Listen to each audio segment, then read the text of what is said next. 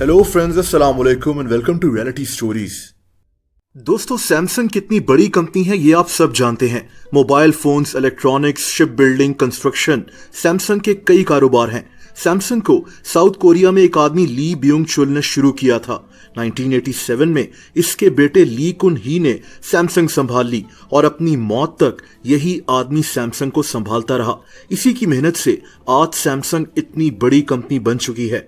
ली कुन ही south Korea का अमीर तरीन आदमी था। इसकी नेटवर्थ 21 अरब डॉलर्स थी। इसको साउथ कोरिया में बादशाह कहा जाता था।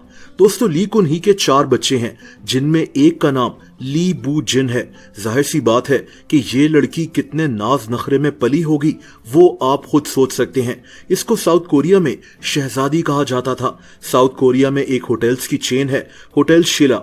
ली इस होटल चेन की मालकन भी है। सैमसंग को अब इसी का भाई ली जे यंग संभाल रहा है।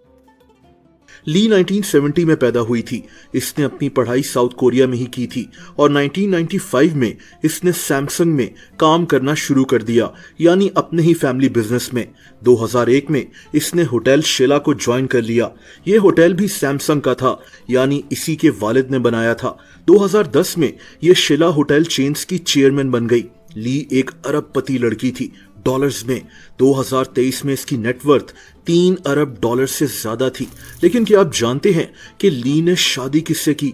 दोस्तों, ली ने अपने ही बॉडीगार्ड से शादी की थी। ये कहानी साउथ कोरिया में बहुत मशहूर हो गई थी। ऐसा क्यों हुआ, आइए जानते हैं। दोस्तों, ये 1995 की बात थी, जब ली के वालिद की जो सिक्योरिटी टीम थी उसमें एक बॉडीगार्ड था। इस आदमी का नाम इम वू जे था। वू जे सैमसंग कंपनी में ही सिक्योरिटी का काम करता था। 1995 में साउथ कोरिया में सैमसंग का एक फंक्शन हो रहा था। इस फंक्शन में ली भी मौजूद थी। ली की सिक्योरिटी के लिए वू जे को भी इस फंक्शन में भेज दिया गया। दोस्तों, यहीं इन दोनों की पहली मुलाकात हो गई। वू जे ली के साथ बॉडीगार्ड बनकर रहना शुरू हो गया और ली इसको पसंद करना शुरू हो गई। ये एक फिल्मी कहानी लगती है। एक अरबपति लड़की साउथ कोरिया की अमीर तरीन फैमिली में पैदा होने वाली सैमसंग के मालिक की बेटी, जिसे शहजादी कहा जाता था, वो अब अपने बॉडीगार्ड से शादी करना चाहती थी। इसने वू जे को ये बात बताई तो वू जे घबरा गया। इसने इनकार कर दिया कि अगर ली के बाप को पता चल गया तो इसका क्या हशर होगा। लेकिन दोस्तों, ली के वालिद को कोई मसला नहीं था। कुछ महीने के बाद ली के वालिद ने, यानी सैमसंग के मालिक ने, खुद वू जे को कहा कि मुझे इस रिश्ते से कोई मसला नहीं है। वो जो हम फिल्म्स में देखते हैं कि अमीर बाप उस लड़के को बुलवा कर कहता है कि जितना तुम कमाते हो उतना मेरी बेटी दिन में खर्च कर देती है, ऐसा कुछ नहीं हुआ। 1999 में इन दोनों की शादी हो गई। ये साउथ कोरिया की सबसे बड़ी खबर थी। इनकी शहजादी ने अपने ही बॉडीगार्ड से शादी कर ली थी। दोस्तों, शादी के बाद ली के वालिद को एहसास था कि अब इसका दामाद बॉडीगार्ड बनकर तो नहीं रह सकता।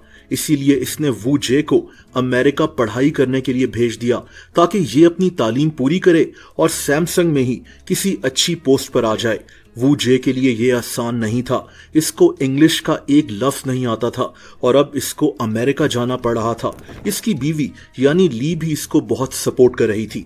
वू जे अमेरिका चला गया और इसने दुनिया की बेहतरीन यूनिवर्सिटीज में से एक MIT से MBA कर लिया। इससे पहले भी ये साउथ कोरिया में कंप्यूटर इंजीनियरिंग पढ़ रहा था, यानी ये ऑलरेडी पढ़ाई में काफी शार्प था। बहरहाल ये साउथ कोरिया वापस आया और इसको सैमसंग में एग्जीक्यूटिव मैनेजिंग डायरेक्टर की पोस्ट मिल गई। जाहिर सी बात है कि अब ये सैमसंग के मालिक का दामाद था, लेकिन वू जे के मुताबिक ये हर वक्त शदीद प्रेशर में रहता था। दोस्तों, इन दोनों की शादी 16 साल तक चली, लेकिन 2015 में ली ने वू जे से तलाक लेने का फैसला कर लिया। इसने वू जे पर डोमेस्टिक वायलेंस का इल्जाम लगाया कि ये इसको मारता है। वू जे ने इससे इनकार किया। इसका कहना था कि ये बिल्कुल झूठ है। इस पर यह भी इल्जाम लगाया गया कि ये ली से कई दफा पैसों का फ्रॉड कर चुका है। ये सारा वाकया भी साउथ कोरिया में हेडलाइंस बना रहा था। बहरहाल 5 साल तक ये केस अदालत में चलता रहा और फाइनली 2020 में ये तलाक हो गई। अदालत ने ली को कहा कि क्योंकि तलाक ये लेना चाहती है तो ये वू जे को $12 मिलियन अदा करेगी, यानी $1,20,00,000। इनका एक बेटा था और इसकी कस्टडी ली के हवाले कर दी गई। वू जे का कहना था कि पहले भी इसे इसके बेटे से इतना मिलने नहीं दिया जाता था। इसका बेटा 10 साल से अपने दादा दादी से भी नहीं मिला था, लेकिन अदालत में ली के लॉयर्स ने कहा कि इनका बेटा अपने बाप यानी वू जे को पसंद ही नहीं करता और इससे मिलना भी नहीं चाहता। बहरहाल दोस्तों, अब इनकी तलाक हो चुकी है, लेकिन ये कहानी आज भी साउथ कोरिया में लोग नहीं भूले। साउथ कोरिया में एक ड्रामा बना था, क्वीन ऑफ टीयर्स। कहते हैं कि वो भी इसी कहानी को जहन में रखकर बनाया गया था। दोस्तों, अगर आप मुझे इंस्टाग्राम पर फॉलो करना चाहें तो उसका लिंक नीचे डिस्क्रिप्शन में मौजूद है।